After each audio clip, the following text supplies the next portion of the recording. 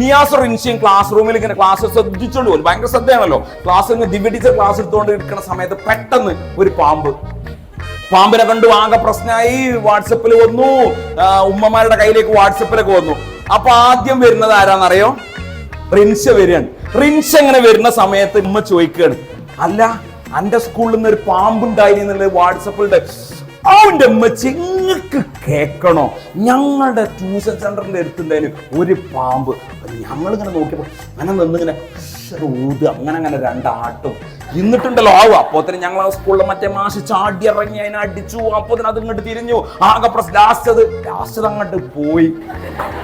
അപ്പോഴാണ് നിയാസ് വരുന്നത്. നിയാസിനോട് ചോദിക്കുക, അല്ലടാ അന്ന് സ്കൂളില് പാമ്പുണ്ടായിനല്ലോ. ആ ഒരു ചേരയിൽ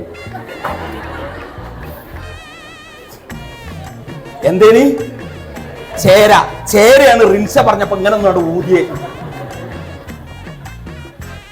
കാരണം എന്താന്ന് പറയാ, പെൺകുട്ടികൾ പരത്തി പറയും, ആൺകുട്ടികളോ ചുരുക്കി പറയും. ആരോട്?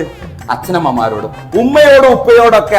ആൺകുട്ടികൾക്ക് അറ്റാച്ച്മെന്റ് ഉമ്മനോടേ. കാരണം ഉമ്മന്റെ ഈ ഭാഗം നോക്കാൻ നമുക്ക് പറ്റൂല, കാരണം നുള്ളി കേട്ടിട്ടുണ്ടാവും. നിങ്ങൾ പറയും, നിങ്ങൾ പറയാനാണ്.